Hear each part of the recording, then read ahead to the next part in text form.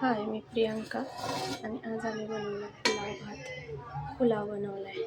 तर त्यामध्ये तांदूळ घ्यायचे. छोटा असा एवढाच छोटा ग्लास आहे आमच्याकडे. तर त्या ग्लासाने 7 ग्लास तांदूळ घेतले. ते धुवून असं भिजत ठेवले. परत प्रोझोनचा वाटण आणला 30 रुपयाचा, तो गरम पाण्यात भिजत ठेवला.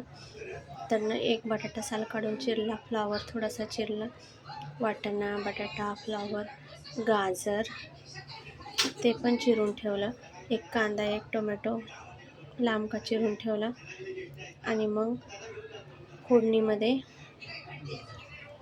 थोडासा कढीपत्ता टाकला, कांदा टाकला, टोमॅटो टाकला, चांगला भाजून घेतला. लालसर कांदा होईस्तोवर भाजून घेतला. त्याच्यानंतर लसूण, ओलं खोबरं, जिरं,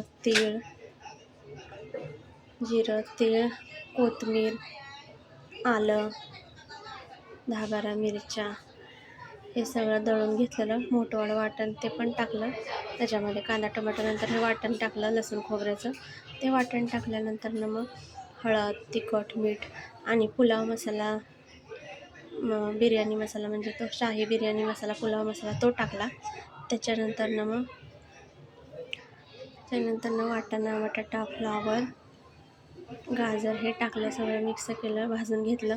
नंतर थोडीशी हळद टाकली, 1 चमचा चटणी, 1-1.5 चमचा मीठ टाकलं आणि सगळं हलवून घेतलं. नंतर तांदूळ टाकला, परतून घेतला.